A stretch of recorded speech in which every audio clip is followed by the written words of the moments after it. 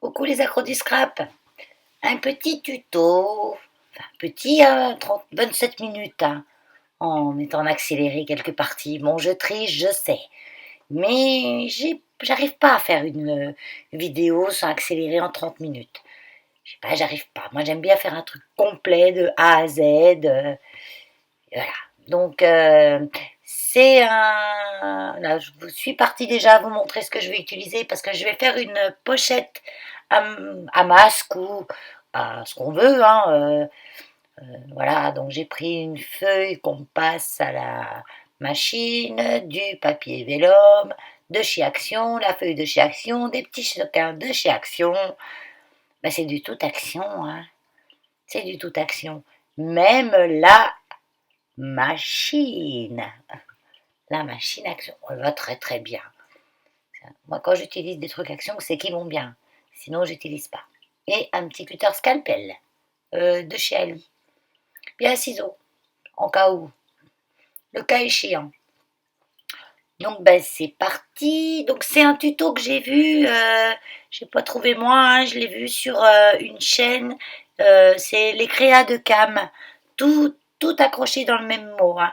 Les créas de Cam. Je mettrai en barre d'infos. En description, sa chaîne. Elle est très très bien. Voilà. Donc, je lui ai demandé l'autorisation de reproduire son tuto. Donc, là, pour commencer, on va enlever une petite bande de 1 cm. Ça y est, là, j'accélère, hein. Donc, vous voyez, du côté où la feuille est soudée, vous partez à 5 mm du bord du côté, là, si je m'exprime bien. Donc 5 mm et vous faites une encoche de 1 cm.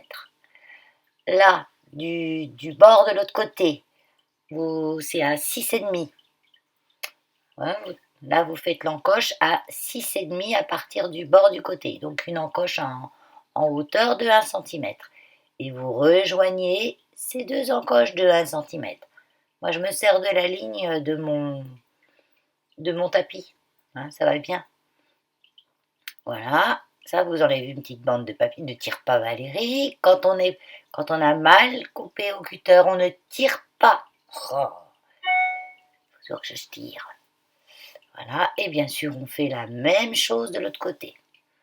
Donc, un petit en haut à partir de 5 mm de l'endroit où les deux feuilles sont collées.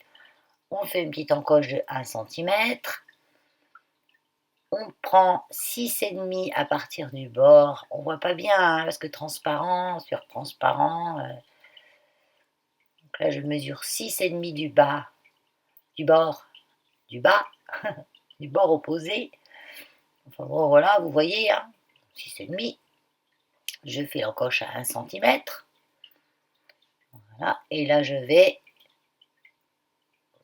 il y avait ton encoche, je vais tracer tout le long. Ça bouge. Donc, si je veux me servir de mon trait, pour être droit, et là, je me sers tout le long. 1 cm, j'enlève. Voilà.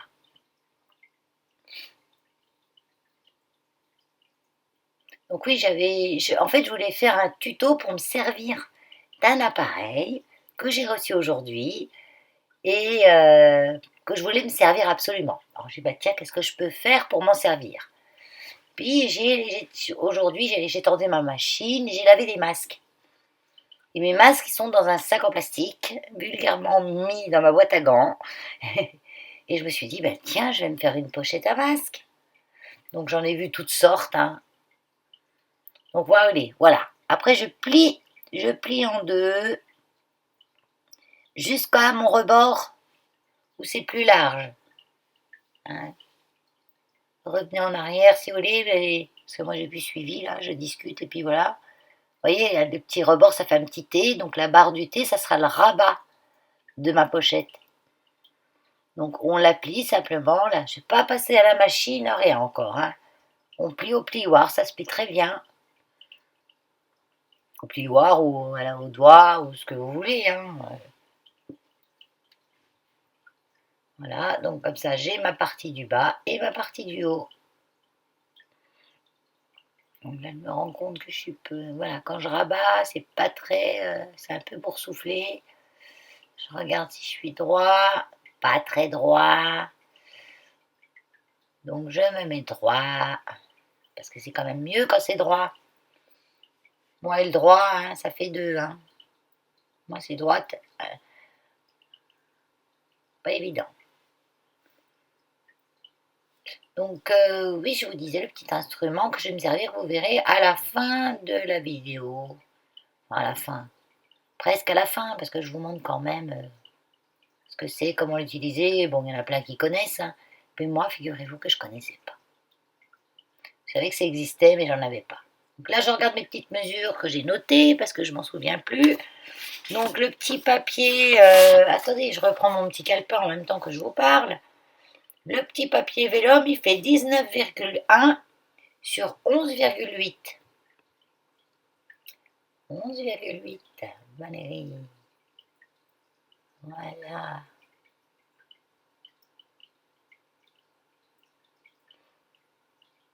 Donc je le mets dans la partie qui est juste sous le rabat. Voilà. Et il faut que... Parce que la partie qui va venir dessus, c'est celle où on a enlevé les 1 cm. Donc elle est plus petite. Mais il faut équilibrer le papier de façon à ce qu'il y ait quand même 2-3 mm de chaque côté pour que ce soit soudé autour du vélum. Pardon, je toussote. Donc j'ai un peu de mal à le centrer, parce que je centre d'un côté, il se descend de l'autre. Donc voilà, je misère un petit peu pour ça.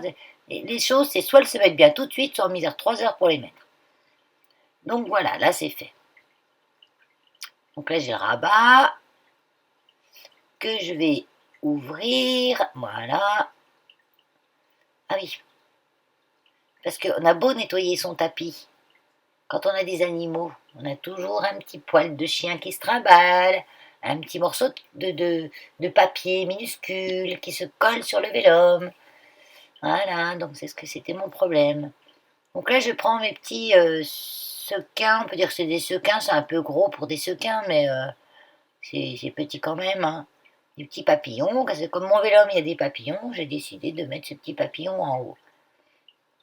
On peut y mettre un morceau de papier, hein, comme on veut, hein, un morceau de papier, un morceau de dentelle à l'intérieur. Il faut quand même pas des choses trop épaisses à l'intérieur, hein, parce que sinon ça va mal souder. Déjà là, mes petits papillons, c'est juste. Hein, en fait, quand c'est trop épais à l'intérieur du papier, comment ça s'appelle déjà, là, les papiers? Ah, je me rappelle plus du nom. Enfin, le papier qu'on chauffe, là. Quand c'est trop épais, ça fait des bulles d'air autour. Donc ça fait pas très joli.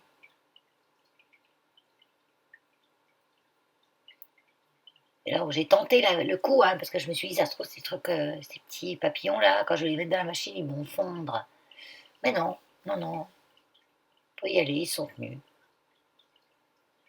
Donc là, je remarque mon pli. Il reste relativement bien positionné dessus. Donc ma machine est chaude, hein, je l'avais déjà fait chauffer. Et je passe ça dedans, ça passe tout seul. Alors j'aime bien quand ça sort parce que c'est plus blanc, c'est vraiment transparent. J'ai passé qu'une fois, parce que je suis en tuto, mais souvent quand je fais moi, je passe souvent 2 fois les choses. Donc là, pendant que c'est chaud, ben, je travaille un petit peu, vous voyez. Oui, là, je frotte parce que j'ai une espèce de buée qui s'est mise à cet endroit-là. Je ne comprends pas pourquoi. Et maintenant, nous allons, parce que là, je suis en train de vous dire, pour la fermer, fermer la pochette, hein, pas autre chose. On peut mettre des velcro, une twine tout autour, un élastique, un petit bandeau, un ruban, ce qu'on veut. Mais moi aujourd'hui j'ai reçu, ah, allez, la suite Valérie, j'ai reçu Mais j'en suis toujours à ça. Allez. Oh, j'ai reçu. Voilà. La poseuse à pression. Donc j'ai vu cet appareil il y a 2 jours sur la chaîne de Angie Scrap Enjoy, notre légendaire Angie. Et quand j'ai vu ça, je me dis ah, il m'a faut. J'ai trouvé ça sympa. Et j'étais sur Amazon, paf, paf, paf, paf, en 2-2, j'ai trouvé le truc. Et en 2-2, déjà, ce matin, c'était chez moi. Ça fait à peine 2 jours que j'ai commandé. Donc, je mettrai le lien en barre d'infos de ma commande. C'était 17 € avec la petite valise à l'intérieur, parce qu'elle existe aussi sans la petite valise pour ranger tous les petits bidules, à 13 € et des poussières. Donc, payer 4 € de plus pour la petite valise. Ça serait à refaire. Je ne prendrais pas la petite valise. Parce qu'en fait, ça ne tient pas tous les paquets dedans. C'est petit pour mettre les doigts, aller chercher un truc, il faut une pince. Alors du coup, j'ai dû tout séparer les petits paquets dans des petits trucs différents pour en mettre que 5 ou 6 dans le petit casier de... J'ai mis 6 pressions, enfin de 12 pressions en tout, 12 accessoires avec la petite punaise, avec le truc qui va au derrière. J'ai mis 6 et 6, 12 dedans. Le restant, j'ai dû mettre tout dans des petits sacs Ziploc que je récupère quand je monte des meubles. Vous savez, ils vont mettre les Ziploc là avec les vis dedans. Je récupère tous les sacs. Et puis là, ça m'a servi entre autres pour ça. Et donc j'ai une autre boîte pour mettre tout ce qui est en... Donc ouais. Pas trop nécessaire. Je suis sûre qu'après, chez Action, vous trouvez une boîte bien plus grosse où tout va tenir dedans. Parce qu'elle aura 24 couleurs. Il y en a, mais je sais pas combien des trucs. Hein. Vous en avez pour des lustres. Hein. Ça, des lustres. Hein. Donc moi, je choisis les roses.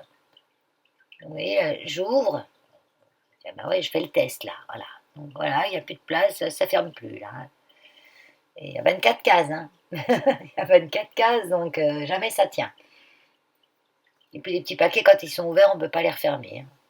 Vous voyez, en plus, j'ai pas des gros doigts, moi. Hein, j'ai vraiment pas des gros doigts. J'ai du mal à les prendre, dans le fond. Je comprends pourquoi ils livrent une petite pince, une petite presselle en plastique avec. Parce qu'il y a une petite pochette d'accessoires où il y a la petite presselle en plastique, du petit matos de rechange pour rechanger les embouts qui doivent s'user au bout d'un moment. C'est super bien fait, hein. Mais bon, la boîte, bof. Moi sur Amazon, j'ai vu que Camille, parce qu'elle s'appelle Camille, son prénom, de la chaîne Les Créas de Cam, ouais, Les Créas de Cam, donc tout dans un même mot, elle en avait une rose. Ah, les filles, quand elles vont voir ça, vont être folles. Elle a acheté chez AliExpress. Moi, je m'en fichais un peu de la couleur, moi, ce que je voulais, c'est l'avoir vite. Voilà. Donc, chez AliExpress, vite, ça n'existe pas. Par contre, chez Amazon, je l'ai eu 2 jours après, quoi, à peine. Je l'ai commandé le soir, hein, en plus, je l'ai commandé avant-hier soir et je l'ai reçu aujourd'hui. Donc, allez, on va finir à le rangement plus tard, parce que j'y ai passé un petit moment quand même là-dessus pour mettre en place. On met d'autre côté, et voilà les choses. Donc, je vous rappelle que c'est la première fois de ma vie, de ma grande vie, que j'utilise ces choses-là. Moi, quand je veux accrocher quelque chose, je mets du scratch ou un velcro ou un bout de ficelle. Mais ça, j'avais jamais utilisé. J'ai jamais eu à utiliser cette chose-là. Donc, j'observe comment ça va cette chose. Je vois déjà qu'il me manque quelque chose parce que je me rends compte que c'est pas tous les mêmes les petits ronds. Au départ, je croyais que c'était tous les mêmes. Mais non. Donc, il vous faut pour une pression, enfin, une pression, c'est toujours quatre bitonniaux, on va dire, et deux endroits. Un endroit qui rentre dans l'autre. Et un d'endroit, il fait avec 2 bitonio. Et vous avez les petits trucs qui ressemblent à des punaises. Vous en avez un qui ressemble à un petit boudin, un petit trou. Voilà, une roue. Et l'autre ressemble à un petit chapeau. Voilà, donc c'est le petit chapeau qui va rentrer dans la roue. C'est vrai qu'au début, là j'ai le manuel. Vous voyez, il y a des petites pages. Elles sont bien ces petites pages. J'en avais acheté moi une fois de ça. Un tournevis, je me dis, c'est pourquoi faire un tournevis? Bon, je croyais qu'on pouvait faire d'autres choses avec, mais non. Tout est fait pour, vous voyez, qu'on puisse changer, si besoin, les choses de la presse. Les pièces de rechange, ça c'est bien. Avec la petite sacoche. Et le manuel, que pas très explicite, mais bon. Parce qu'il vous montre, oui, on comprend bien qu'on met un picot dans un truc, mais dans quel sens le petit truc, c'est ça. Et j'arrivais pas trop à comprendre comment ça marchait au départ. Puis après, j'ai dit, allez, je vais me lancer. Bon, je regarde 3 heures le manuel, j'essaye de voir. En plus, ils vous font des petits dessins, mais on voit la première partie comme il faut, mais la deuxième, ben, faut trouver. Puis derrière, c'est comment changer le, le marteau et l'enclume. En fait, il y a un endroit où on pose et un endroit qui presse. Donc voilà, voilà. On n'y passe pas la nuit, Maëlys, sur le bouquin. C'est vrai que quand je comprends pas, j'aime bien comprendre, moi. Donc j'observe la bête, je me dis c'est peut-être quelque chose pour faire autre chose, ça, non. Non, Valérie, non. C'est juste pour changer en cas où. Allez, on y range. Ah, les petits pics aussi, ça c'est bien pratique. Bon, j'en avais un de petits pics comme ça, hein, mais au moins ceux qui n'en ont pas, ben, ils auront un petit pic aussi. Ça sert à plein de choses. Ça c'est le tournevis, vous voyez, on a même le tournevis pour visser la petite vis quand on aura besoin de changer le truc. Hein. C'est super bien fait ça. Bon, ben, reviens-en Valérie, allez. Voilà, on est parti. Donc, ouais, allez. Donc là, il faut se lancer. Hein. Au bout d'un moment, on se lance. Comment on va faire? Donc j'ai vu Camille, dans son tuto, qui prenait un petit bout de carton où elle le mettait à l'intérieur. Je pense que c'est pas pour... c'est quand on perce la pochette de rabat et en même temps on vient marquer dessous, comme ça on sera pile poil en face pour mettre l'autre partie des pressions, hein, parce que c'est en deux parties. Sans transpercer l'arrière de la pochette. Ça arrête au carton. Bon, je conseille quand même un peu plus qu'un carton. Une petite planchette de bois ou vraiment un gros bout de carton bien solide. Parce que moi j'ai appuyé comme un bœuf, puis je suis un peu passée de l'autre côté aussi du carton. Voilà. Donc là,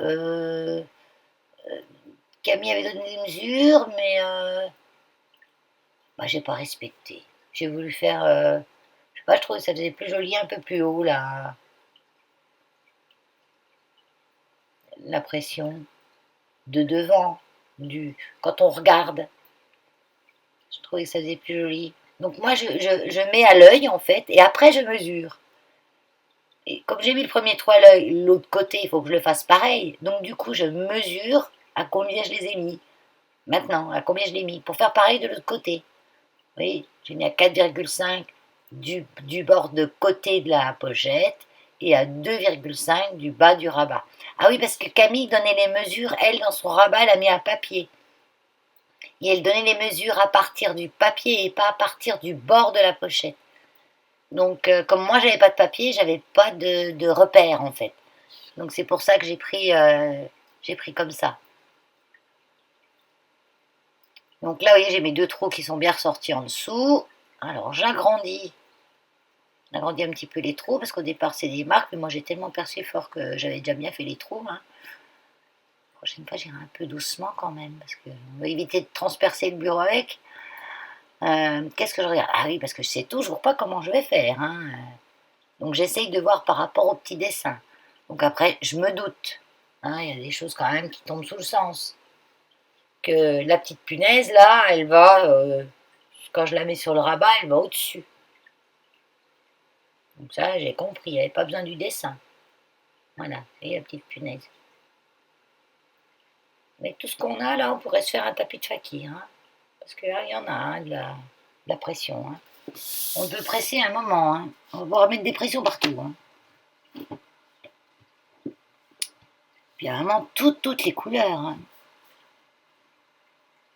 Donc après, là, je me pose la question, est-ce qu'il y a besoin d'un spécial? Lequel des deux je vais mettre en dessous? Est-ce qu'on peut mettre n'importe lequel, ça marche? Ou est-ce qu'il faut prendre l'un ou l'autre? Donc du coup, je prends celui avec le petit chapeau. Il y en a un qui est plus en relief que l'autre. Donc là, le dessin m'a quand même aidé sur dans quel sens tenir la machine. Et le truc noir, il va en bas. Le truc transparent ou gris, il est en haut.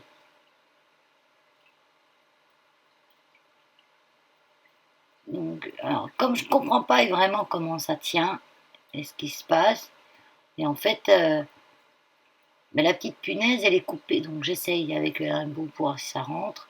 Ah, Eureka, ça marche. Voilà. Donc la machine, elle appuie la pointe de la petite punaise à l'intérieur. Vous voyez, on a un picot, ben après, quand on a passé la machine, le picot, il est tout aplati. Donc là, j'agrandis un petit peu mon trou. Donc là, je me doute que le picot, on va le mettre par l'intérieur.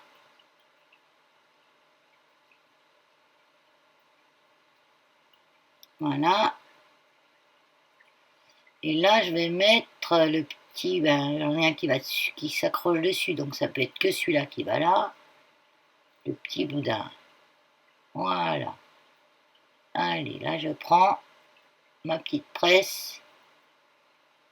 Donc là, il n'aurait pas fallu que je sois plus loin, plus bas, parce que la presse, elle n'a pas, une échancrure infinie. Hein. Donc là, ça marche pas. Non seulement ça marche pas, mais c'est tout enlevé. Alors je me dis, mais tiens, comment ça se fait? Donc allez, je remets un petit coup de presse, j'ai peut-être pas assez pressé. Vous voyez, je suis juste, hein, j'aurais été un peu plus loin dans mon truc. Parce que là, je suis obligée de corner un peu mon plastique, mais bon, ça se corne quand même.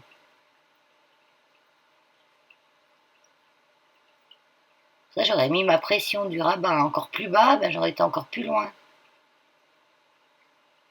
dans le plastique. Dans le plastique, dans la pochette. Donc l'arrière, après, j'aurais eu du mal. Hein. Donc là, ah, ça m'énerve, là, ça m'énerve. Pourquoi ça tient pas? En fait, c'est là que je me rends compte que le petit picot, il est traviole et puis il va jamais aller. En fait, il s'est cassé, ou je sais pas ce qui s'est passé, ou j'ai pas assez de travers. Donc il reprend pas. Donc je décide d'en mettre un autre. En fait, comme je dois plisser un petit peu le truc pour mettre le machin en vitesse, c'est une horreur, comment je vous raconte ça? En fait, mon appareil est pas droit quand je suis pour presser dessus. Donc j'ai tordu le picot. Je pense que c'est moi qui l'ai tordu en mettant l'appareil pas assez droit. Là, je me mets un peu plus bien droit au-dessus et puis j'appuie très fort. Voilà. Et ce coup-là, du coup, j'en mets un coup de ce côté-là. Il faut quand même appuyer, hein, faut quand même y aller. Voilà. Faut que ça soit bien écrabouillé. Et ce coup-là, c'est la bonne. Donc voilà, alors on accélère un peu. Voilà, je me rends compte que mon petit picot là, il est foutu. Ça, c'est pas grave. Ah non, je le réutilise quand même. Ah, je me rappelais plus de ça. Je l'utilise de l'autre côté, du coup, avec le chapeau. Non, non, je l'ai mis à la poubelle. Ouais, il est foutu, foutu, hein. Il était cassé du bout. Donc là, voilà, allez, on presse à bon coup, directement, paf. Donc du coup, moi j'avais sorti pile poil les petits picots, alors j'en reprends un autre. J'en fais le petit trou.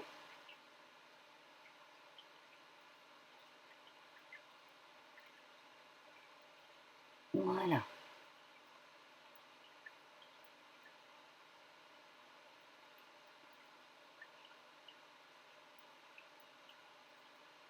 J'avais regardé plein de tutos de pochettes comme ça, mais bon, j'avais pas tout compris, ou j'avais pas, bof, plein, non, pas plein, je dis des sottises.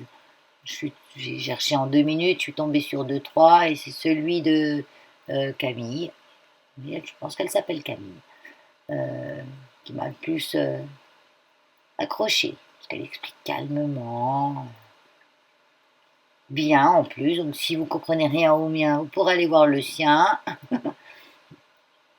Donc voilà, bah, du coup je suis contente. Ma première petite pochette, mes premières petites pressions. Donc voilà, je mets les trucs dedans par exemple, pour vous montrer en fait que c'est pas que pour des masques, on peut faire une petite trousse avec, on peut faire tout ce qu'on veut. Puis ça se met bien, hein. C'est moi qui merdouille parce qu'en fait, vu que ce qu'il y a dedans c'est tordu, ça me tord un peu la pochette donc ça tombe moins en face, mais ça tient. Mais je suis épatée, je suis épatée. Donc j'ouvre, ça s'ouvre facilement. Voilà, ça se referme facilement aussi. Et je recommence. Je fais plusieurs essais pour être sûr que ça tient. Je remets, je rouvre, je remets, je rouvre. Voilà. Ça tient bien. Et je la trouve sympa, ma petite pochette papillon, toute colorée. Voilà. Ben ça y est, c'est l'heure de se quitter. Je vous fais des grosses crabes bisous et je vous fais un gros bisou bisou.